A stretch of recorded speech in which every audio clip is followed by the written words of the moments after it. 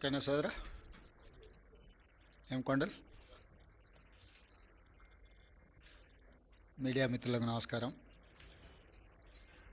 ఈ పత్రికా సమావేశంలో పెద్దలు బట్టి విక్రమార్క గారు,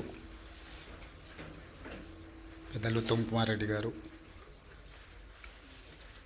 దామోదర్ రాజనరసింహ గారు, సీతక్క,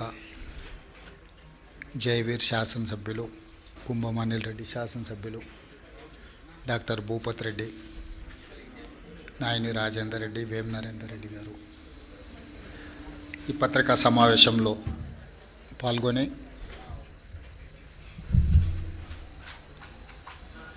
తెలంగాణ రాష్ట్రంలో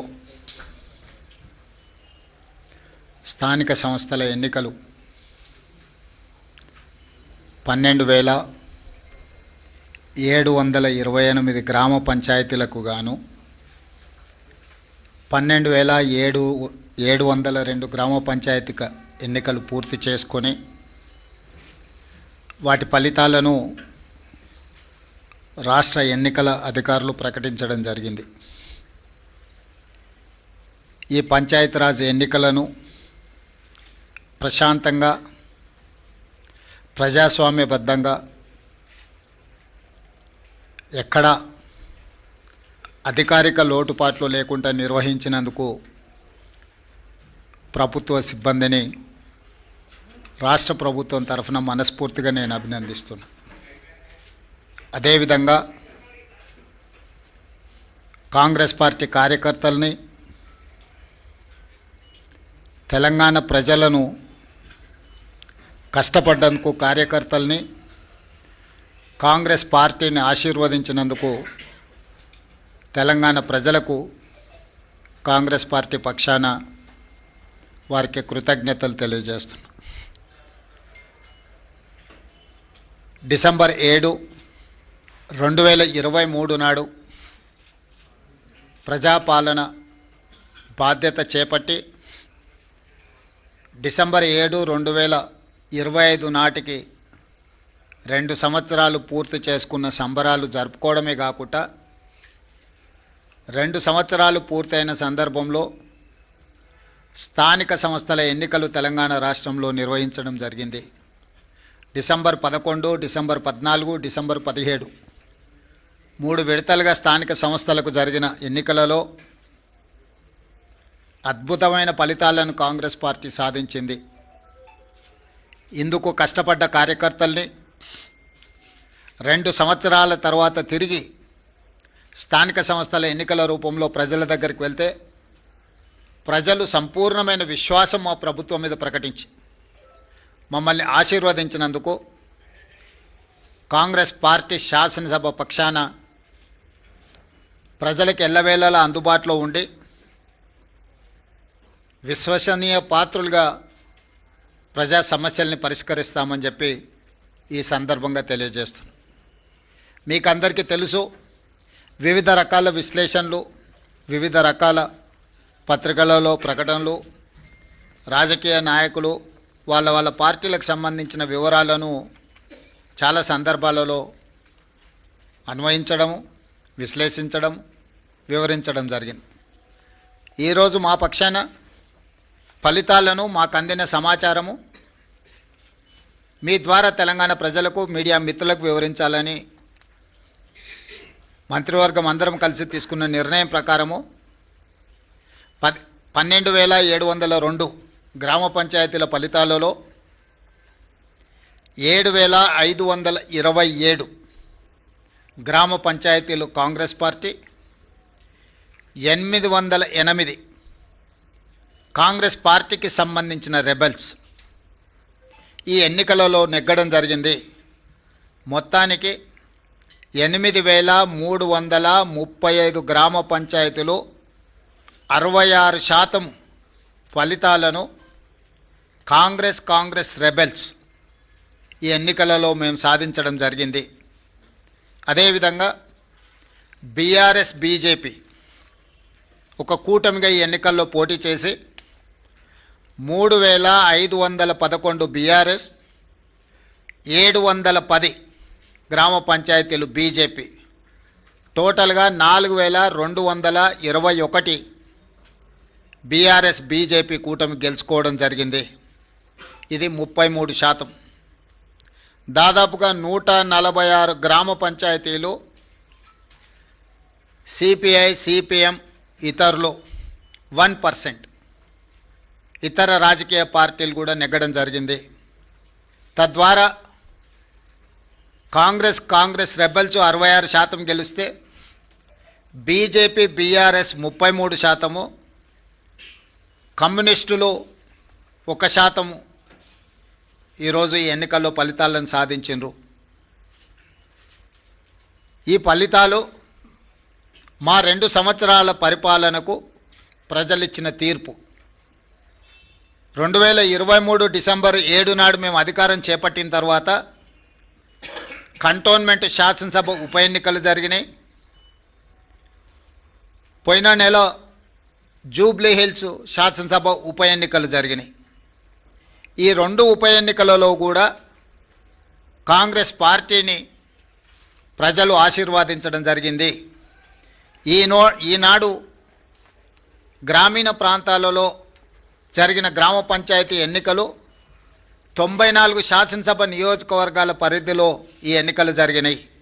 ఈ 94 శాసనసభ నియోజకవర్గాల పరిధిలో జరిగిన ఎన్నికల్లో కాంగ్రెస్ పార్టీ 87 శాసనసభ నియోజకవర్గాలలో మెజారిటీ సాధిస్తే బీఆర్ఎస్ 6 శాసనసభ నియోజకవర్గాలలో మెజారిటీ సాధిస్తే బీజేపీ 1 శాసనసభ నియోజకవర్గంలో మెజారిటీ గ్రామ పంచాయతీలు సాధించుకోవడం జరిగింది.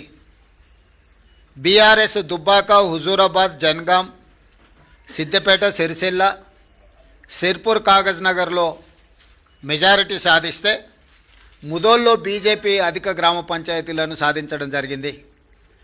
94 శాసనసభ నియోజకవర్గాలలో స్థానిక సంస్థల ఎన్నికలు జరిగితే కాంగ్రెస్ పార్టీ 87 శాసనసభ నియోజకవర్గాలలో అత్యధిక స్థానాలను సాధించడం ద్వారా 2023 నాడు మేము సిపిఐ కలిసి సాధించిన 65-66 శాసనసభ నియోజకవర్గాలతో పోలిస్తే ఇప్పుడు ఇంకొక 21 శాసనసభ నియోజకవర్గాలు అధికంగా గెలవడం జరిగింది. బీఆర్ఎస్ నాయకులు ఉప ఎన్నికల సందర్భంగా రెఫరెండం అన్నారు. వాస్తవంగా పట్టణ ప్రాంతంలో ఉన్న 26 శాసనసభ నియోజకవర్గాలలో జనరల్ ఎలక్షన్లో మేము 1 సీటు కూడా సాధించలే. కానీ జరిగిన 2 ఉప ఎన్నికలు హైదరాబాదు మహానగర పరిధిలో జరగడంతో ఆ 2 నియోజకవర్గాలలో కూడా ఈ 26 మహానగర పరిధిలో ఉన్న శాసనసభ నియోజకవర్గాలలో ఉప ఎన్నికలు జరిగిన 2 శాసనసభ నియోజకవర్గాలలో ప్రజలు తీర్పిచ్చారు. స్థూలంగా నేను చెప్పదలుచుకున్నది, రాష్ట్ర స్థాయిలో అది పట్టణ ప్రాంతం కావచ్చు, గ్రామీణ ప్రాంతం కావచ్చు, ఈ 2 సంవత్సరాలలో జరిగిన ప్రతిష్టాత్మకమైన ఎన్నికలలో మా ప్రభుత్వానికి విస్పష్టంగా ప్రజలు ఆదరించి గౌరవించి అత్యధిక స్థానాలను కట్టబెట్టినరు. దీనికి ప్రధానమైన కారణం పేదలకు మేము అందించిన రేషన్ కార్డులు, పేదలకు మేము అందించిన సన్నబియ్యం, రైతులకు మేము మాఫీ చేసిన రుణమాఫీ, రైతు భరోసా, బోనస్ 500, పండించిన వరి ధాన్యాన్ని మొత్తాన్ని కొనడం, ప్రతి పేదవాడికి 200 యూనిట్ల ఉచిత కరెంట్, మహిళలకు ఆర్టీసీలో ఉచిత బస్సు ప్రయాణం, 500 రూపాయలకే సిలిండర్ ఇవ్వడం, 27,000 కోట్ల రూపాయలు మహిళలకు 0 వడ్డీతో రుణాలు ఏర్పాటు చేయడం, ప్రతి విషయంలో 4.5 లక్షల ఇందిరమ్మ ఇండ్లు పేదల ఆత్మగౌరవం కోసం వాళ్ళకి ఇండ్ల కేటాయించడం. ఇదే కాకుండా దీర్ఘకాలికంగా ఒక సంక్షోభాన్ని సృష్టించిన మాదిగ ఉపకులాల వర్గీకరణను పరిష్కరించడం, 100 సంవత్సరాల నుంచి జటిలంగా మారిన కులగణనను నిర్వహించడం, 61,000 ప్రభుత్వ ఉద్యోగ నియామకాలు చేపట్టడం, మూతబడుతున్న ప్రభుత్వ పాఠశాలలను తిరిగి తెరవడమే కాకుండా టీచర్ల నియామకం చేపట్టి పేదలకు నాణ్యమైన విద్యను అందించాలని మేము చేస్తున్న ప్రయత్నాలు అన్నీ కూడా ఈనాడు ఒక క్రమ పద్ధతిలో సంక్షేమాన్ని అభివృద్ధిని సమపాలలో మెలవించి పరిపాలన అందించడం, అన్నిటికంటే 6 గ్యారంటీలతో పాటు 7వ గ్యారంటీ ఇస్తున్నాం, ప్రజలకు స్వేచ్ఛ ప్రజాస్వామ్యాన్ని కాంగ్రెస్ పార్టీ అందిస్తుంది అని. ఈ 2 సంవత్సరాలల్లో ఎక్కడ కూడా ప్రజల్ని నిర్బంధించాలన్న ఆలోచన కానీ ప్రతిపక్షాల మీద కక్ష సాధింపు చర్యలకు పాల్పడడం కానీ మా ప్రభుత్వం చేయలేదు. ఈ ఎన్నికల్లో కూడా మీరు చూసినారు, స్వేచ్ఛగా ప్రజలు ఎవరికి నచ్చిన రాజకీయ పార్టీ మద్దతుతో వాళ్ళు ఎన్నికల్లో పోటీ చేయడమే కాకుండా ప్రజల దగ్గరికి వెళ్ళి వాళ్ళు ఓటు అడిగి ప్రజా తీర్పును కోరినరు. ప్రజలకు కూడా స్వేచ్ఛగా తీర్పునిచ్చే అవకాశాన్ని మా యంత్రాంగము, ప్రభుత్వము, పార్టీ అన్ని రకాలుగా ప్రజాస్వామ్యబద్ధంగా ఈ ఎన్నికలు నిర్వహించినాం. మొట్టమొదటిసారి తెలంగాణ రాష్ట్రం వచ్చిన తర్వాత ప్రజలకు ఒక స్వేచ్ఛాయుతమైన వాతావరణంలో ప్రజాస్వామికబద్ధంగా ఎన్నికలను నిర్వహించడం జరిగింది. ఈ ఎన్నికల్లో అధికార దుర్వినియోగానికి పాల్పడడం కానీ లేకపోతే మా హోదాలను అడ్డుపెట్టుకొని ప్రత్యక్షంగానో పరోక్షంగానో రిజర్వేషన్ల మీద ప్రభావం చూపించడమో లేకపోతే ఎన్నికలను ప్రభావితం చేసే నిర్ణయాలను కానీ మేము చేయలేదు. అందుకే తెలంగాణ రాష్ట్రంలో మేము ఇచ్చిన 7వ గ్యారంటీని కూడా ఈరోజు అమలు చేసి చూపించినాము. దాంతో స్వేచ్ఛతో కూడుకున్న ప్రజాస్వామికబద్ధమైన ఎన్నికల్ని నిర్వహించి ప్రజల చేత మన్ననలు పొంది ఒక మంచి పరిపాలన అందించడానికి మేము ముందుకు వెళ్తున్నాము. ఏ రోజు కూడా ఓడినప్పుడు కుంగిపోవడము, గెలిచినప్పుడు ఉప్పొంగిపోవడం, గెలిస్తే అహంకారంతో కళ్ళు నెత్తికెక్కడం లాంటి వ్యవహారాలలో మేమెప్పుడూ భాగస్వాములం కాలేదు. వీటన్నిటికీ దూరంగా ఉండి ప్రజలకు దగ్గరగా చెరువగా ఉండి సంక్షేమాన్ని అభివృద్ధిని ముందుకు తీసుకువెళ్లాలనే ప్రయత్నం చేస్తూనే ఉన్నాం. ఈనాటి ఫలితాలు మా బాధ్యతను మరింతగా పెంచినాయి. ఈనాడు కేంద్ర ప్రభుత్వం ఆనాడు శ్రీమతి సోనియా గాంధీ, మన్మోహన్ సింగ్ గారు అందించిన మహాత్మా గాంధీ ఉపాధి హామీ పథకాన్ని నిర్వీర్యం చేసి నీరుగార్చి పేరు మార్చడమే కాకుండా విధానాలను మార్చడం ద్వారా పేదలకి పథకాన్ని అందకుండా చెయ్యాలన్న కక్ష కుట్ర స్పష్టంగా కనిపిస్తుంది. కేంద్రంలో సోనియా గాంధీ గారి మీద, రాహుల్ గాంధీ గారి మీద కక్షతో కూడిన అక్రమ కేసులు పెట్టడం, కోర్టులు చీవాట్లు పెట్టినా కూడా మారకపోవడాన్ని మనం కళ్ళతో చూస్తున్నాం. వీటన్నిటిని దృష్టిలో పెట్టుకొని ప్రజలు ప్రజాస్వామికబద్ధమైన కాంగ్రెస్ పార్టీ ప్రజలకు రక్షణ. అందుకే ఈరోజు తెలంగాణ ప్రజలు కాంగ్రెస్ పక్షాన బలంగా నిలబడ్డారు. ఈ స్ఫూర్తి కొనసాగుతుంది. భవిష్యత్తులో ఇంకా బలంగా పనిచేస్తాము, బాధ్యతతో పనిచేస్తాము. ఎదిగినా కొద్దిగా ఒదగాలి అని పెద్దలు ఏదైతే సూచన చేసిండ్రో వాటిని దృష్టిలో పెట్టుకొని ఆ విధంగానే ముందుకు వెళ్తాము. ప్రతిపక్షంలో ఉన్న వాళ్లకు అధికారం కోల్పోయినా అహంకారం తగ్గలేదు. ఇంకొక ఆయన కడుపు నిండా విషం పెట్టుకొని మూసీలో కాలుష్యం కంటే ఆయన కడుపులో విషం ఎక్కువగా కనిపిస్తుంది. ఆయన మాటల్లో, ఆయన చేతల్లో, ఆయన వ్యవహార శైలిలో. ఇప్పటికైనా ప్రజా తీర్పును గౌరవించి ప్రభుత్వం తీసుకుంటున్న నిర్ణయాలకు సహకరించి ముందుకు రావాలి. ఏదైనా మాట్లాడతాం, ఎట్లయినా మాట్లాడతాం. బర్తగించిన విధానాలతోని ప్రజల్ని ఇబ్బంది పెడతాము అనంటే ప్రజలు ఇచ్చే తీర్పు ఈరోజు వాళ్లకు కనువిప్పు కలగాలి అని నేను అనుకుంటున్నా. ఈ ఫలితాలను చూసే అద్భుతం అనుకుంటారు. సంతోషం. ఈ అద్భుతం 2029లో కూడా జరుగుతుంది మీరు కోరుకున్నట్టే. 2/3 మెజారిటీతోనే 2029లో కాంగ్రెస్ తిరిగి అధికారంలోకి వస్తుంది. 1/3 మీరుంటారు, 2/3 మేముంటాము. ఈ తీర్పు 2029లో కూడా పునరావృతం కాబోతుంది. ఇప్పటికైనా అహంకారం తగ్గించుకోండి, అసూయను తగ్గించుకోండి. తెలంగాణలో అమలు జరుగుతున్న సంక్షేమ అభివృద్ధి కార్యక్రమాలకు సహకరించండి. బాధ్యతాయుతమైన ప్రతిపక్షంగా వ్యవహరించండి. అంతే తప్ప మీ అసూయలతో, మీ ద్వేషంతో తెలంగాణ రాష్ట్రానికి నష్టం జరిగే విధంగా మీరు మాట్లాడకండి. అంతర్జాతీయ విపణిలో తెలంగాణ రాష్ట్రానికి ఒక గొప్ప గుర్తింపు. పర్ క్యాపిటా దేశంలోనే నెంబర్ 1 3,87,000 రూపాయలతో పర్ క్యాపిటా ఇన్కంలో కానీ జిఎస్డిపిలో కానీ అన్ని రంగాలలో తెలంగాణ దేశంలోనే నెంబర్ 1 రాష్ట్రంగా ఈరోజు అభివృద్ధి పదం వైపు నడుస్తున్నది. ఇంకా అభివృద్ధి జరగాల్సిన అవసరం ఉన్నది. సంపద పెంచాలి, పేదలకు పంచాలి అనే మా విధానాన్ని కొనసాగిస్తాము. ఇప్పుడు ఏ విధంగా అయితే మీడియా సహకారం ఉందో భవిష్యత్తులో కూడా మీ సహకారం ఈ విధంగా ఉండాలి అని మా ప్రభుత్వం భావిస్తుంది. మీడియా మిత్రులకు కూడా మీ సహకారం అందించినందుకు మనస్ఫూర్తిగా ధన్యవాదాలు తెలియజేస్తున్నా.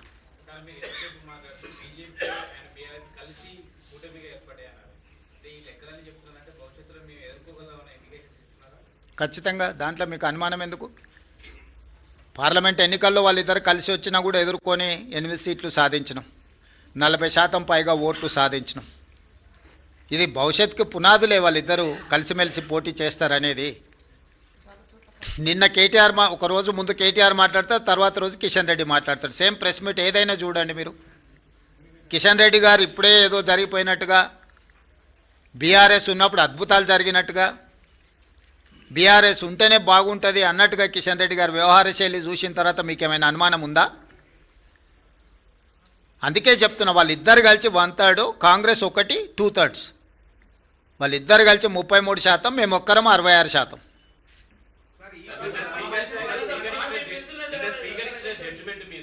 రాహుల్ గాంధీ రాజ్యాంగాన్ని పట్టుకొని దేశవ్యాప్తంగా సేవ్ డెమోక్రసీ అంటున్నారు.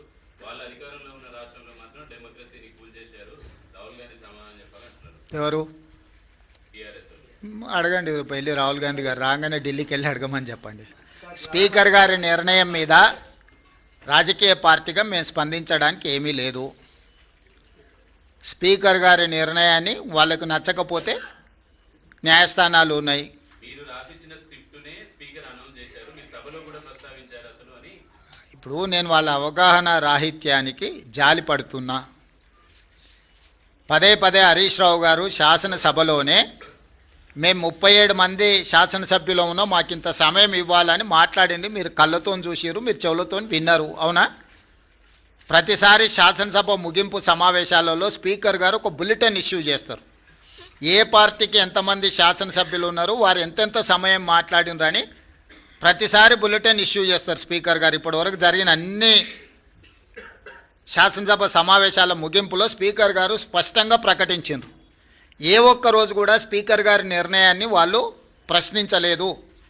రెండవది, మొన్న జరిగిన శాసనసభ సమావేశాల్లో హరీష్ గారు స్పష్టంగా చెప్పారు, మా నెంబర్ 36, 37 ఉంది, మా సమయం ఇంత రావాల్సిందే, మాకంత సమయం ఇవ్వమని అడిగినారు.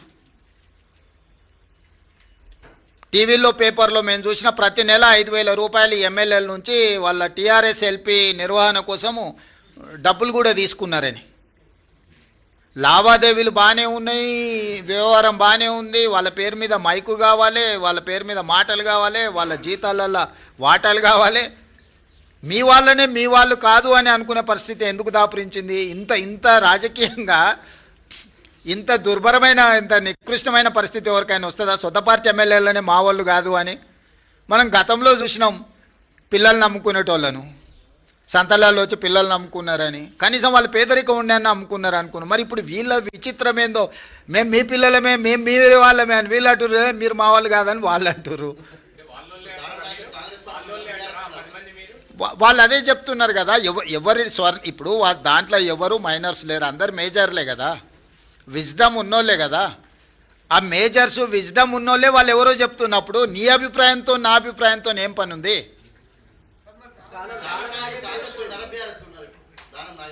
నాగేందర్ గారు చెప్తారు కదా, మీరు అడగండి చెప్తాం, మీరు అడిగిండ్రు అని చెప్పి.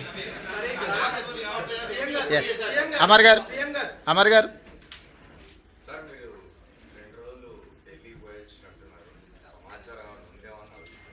దేని గురించి? సంజయ్ రౌత్ ఒక స్పెసిఫిక్ స్టేట్మెంట్ చేసినాడు. డిసెంబర్ 19 నాడు ప్రైమ్ మినిస్టర్ మారబోతున్నాడు, బిగ్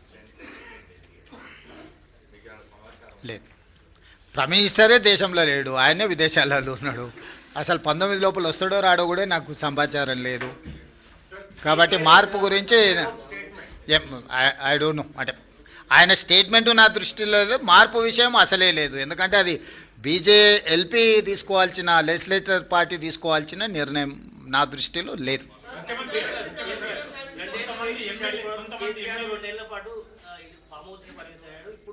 బయటకు వచ్చేటువంటి సమయం వచ్చింది. ఈ 2-3 రోజుల్లో బయటకు వచ్చి గ్రామ పంచాయతీ ఎన్నికలు వచ్చిన రిజల్ట్ బేస్ చేసుకుని జనాల్లోకి వెళ్ళాలనేటువంటి నిర్ణయానికి వచ్చినట్టు తెలుస్తుంది. దాని ఎట్లా మీరు ఎట్లేముంది, 2023 కంటే ముందు కేసీఆర్ బయటనే ఉన్నారు కదా. వాళ్ళు క్షేత్రస్థాయిలో పర్యటిస్తున్నప్పుడే కదా వారు నోటించింది. వారు క్రియాశీలక రాజకీయాలలో ఉన్నప్పుడే కేసీఆర్ గారిని ఓడించి కాంగ్రెస్ పార్టీ అధికారంలోకి వచ్చింది. ఇప్పుడు వారు క్రియాశీలక రాజకీయాలలోనే లేరు. గజ్వేల్ అసెంబ్లీలోనే కాంగ్రెస్ పార్టీ మెజారిటీ గ్రామ పంచాయతీలు గెలుచుకున్నది. అంటే గజ్వేల్ నియోజకవర్గ ప్రజలు కూడా కేసీఆర్ గారు క్రియాశీలక రాజకీయాలలో లేరు, రాజకీయాలతో వారికి సంబంధం లేదు. ఒకవేళ ఉన్న గజ్వేల్ శాసనసభ సభ్యుడిగానే వారి వల్ల ప్రయోజనం లేదని ప్రజలు ఈరోజు తీర్పిచ్చిండ్రు. గజ్వేల్ నియోజకవర్గ ప్రజలే కేసీఆర్ నాయకత్వాన్ని తిరస్కరించి అక్కడ కాంగ్రెస్కు మెజారిటీ గ్రామ పంచాయతీలు ఇచ్చిన తర్వాత ఇంకా ఏదో అద్భుతం జరుగుద్ది అని, అల్లావుద్దీన్ అద్భుత దీపం వస్తుంది అని ఆశిస్తే అది ఆశావాహుల యొక్క అభిప్రాయం. నేను కొత్తగా చెప్పడానికి ఏం లేదు. ఏం ప్రభాకర్?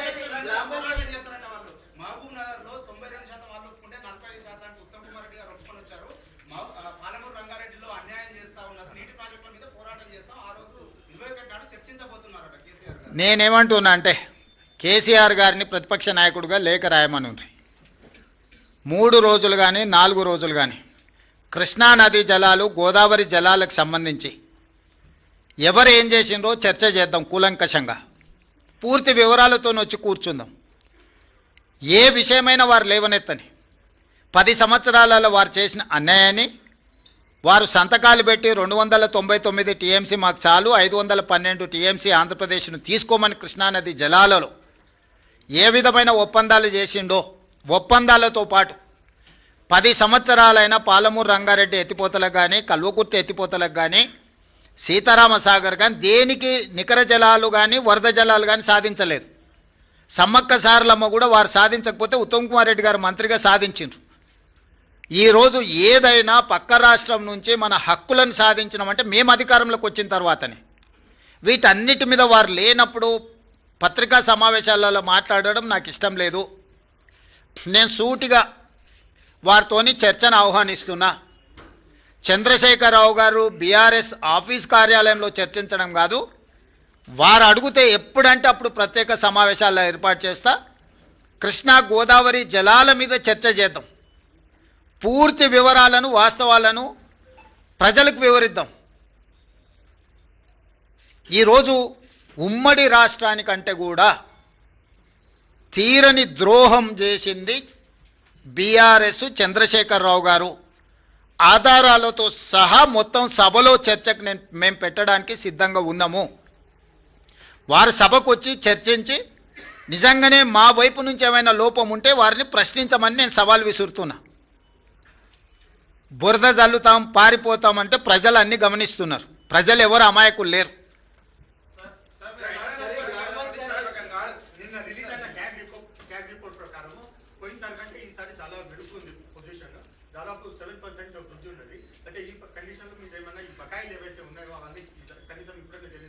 ఏం బకాయి?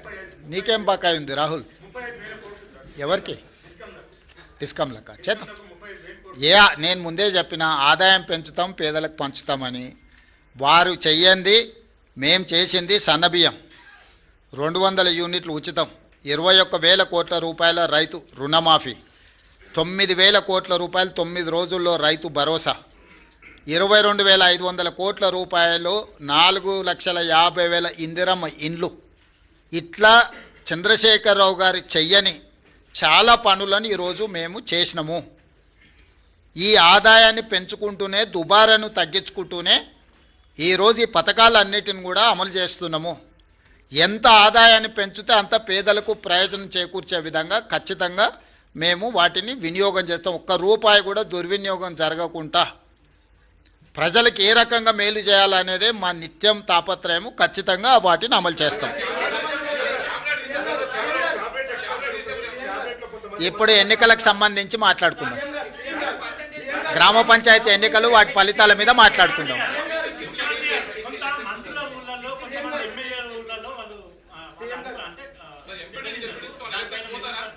ఇప్పుడు గజ్వేల్ల కేసీఆరే దెబ్బతిని ఓడిపోయి అక్కడ ఉన్నాడు. ప్రధాన ప్రతిపక్ష నాయకుడే ఓటమి చెందిండు. మెజారిటీ సీట్లు కాంగ్రెస్కి వచ్చినాయి. గ్రామాల ఎన్నికలు గ్రామ పరిస్థితులను బట్టి జరుగుతాయి. శాసనసభ్యుడినో మంత్రినో ముఖ్యమంత్రినో పట్టి జరగవు. ఓవరాల్గా ఫీల్ గుడ్ ఫ్యాక్టర్ ఉంటుంది. గ్రామంలో ఉండే నేపథ్యాన్ని, సామాజిక వర్గాల సమతుల్యతను దృష్టిలో పెట్టుకొని ఎన్నికలు జరుగుతాయి. ఎట్లా జరిగినా ఫలితాలు అనేది ఇక్కడ కళ్ళకు కట్టినట్టుగా కనిపిస్తున్నాయి. 94 నియోజకవర్గాలలో 87 శాసనసభ నియోజకవర్గాలలో కాంగ్రెస్ పార్టీకి మెజారిటీ వచ్చింది. ఈ లిస్ట్ అంతా మీకు ఇస్తాము. ఏ నియోజకవర్గంలో ఎన్ని గెలిచిండ్రో స్పష్టంగా మీకు లిస్ట్ ఇస్తాము. మీరు కావాలంటే నిజ నిర్ధారణ కమిటీ వేసుకొని ఆయా నియోజకవర్గాలలో మీరు పర్యటించండి. ఇన్ని 12,702 గ్రామ పంచాయతీల ఎన్నికలు జరిగినప్పుడు 1, 2, 3 అటో ఇటో ఫలితాలు వస్తాయి. ఆ ఫలితాలు అనేది భవిష్యత్తులో మన కార్యాచరణను సవరించుకోవడానికి ఉపయోగించుకుంటాం తప్ప దానికి మించి వేరే రకంగా దీని మీద చర్చించుకోవాల్సిన అవసరం లేదు.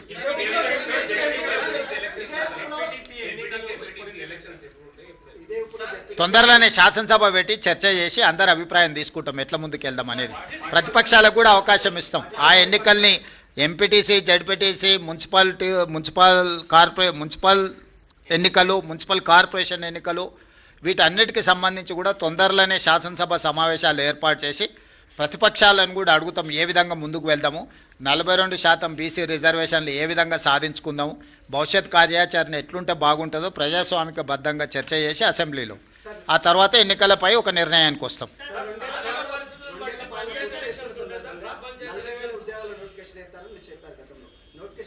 చేస్తాం తప్పకుండా. ఇప్పుడు అన్ని పరిశీలిస్తున్నాం, సభలో చర్చించి తీసుకుంటాం.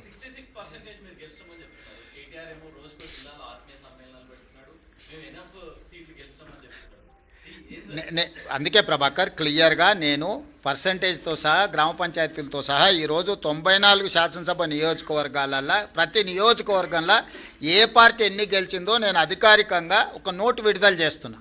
మీరు నోటు తీసుకొని ఆ నియోజకవర్గంలో వెళ్ళి నిజ నిర్ధారణ కార్యక్రమాలు పెట్టుకొని మీరు పరిశీలించండి. కేటీఆర్ అనేవాడు కాంగ్రెస్ గురించి ఆలోచన చేస్తలేడు. హరీష్ అనేవాడు వెనకాల తవ్వుతున్నాడు. కేటీఆర్ నాయకత్వంలో ఏ ఎన్నికలు జరిగిపోయినా ఓడిపోయిండు కాబట్టి నాయకత్వాన్ని మార్చాలని హరీష్ వెనకాల నుంచి ఏదైతే ప్రయత్నం చేస్తుండో ఆ విషయాన్ని ఏమంటారు డైల్యూట్ చేయడానికి పర్యటనలు పెట్టుకుంటున్నాడు తప్ప ఇది ప్రజలకు కానీ ప్రభుత్వానికి కానీ సంబంధం లేదు. ఇప్పుడు కేటీఆర్ వర్కింగ్ ప్రెసిడెంట్ అయినప్పటి నుంచి జరిగిన ఏ ఎన్నికలు గెలవలే కదా. జనరల్లో అసెంబ్లీ కావచ్చు, జనరల్లో జరిగిన లోక్సభ కావచ్చు, తర్వాత జరిగిన ఉప ఎన్నికలు కావచ్చు, తర్వాత జరిగిన గ్రామ పంచాయతీ ఎన్నికలు కావచ్చు. ఈరోజు హరీష్ వర్గం ఆల్రెడీ సోషల్ మీడియాలో మిగతా మీడియాలలో మొదలుపెట్టింది కదా. కేటీఆర్ ఉంటే ఇంకా పార్టీ మిగలదు కాబట్టి కేటీఆర్ను తప్పించండి, హరీష్కు నాయకత్వాన్ని అప్పచెప్పండి అని ఒక స్లోగన్ తీసుకొని బయలుదేరిండు.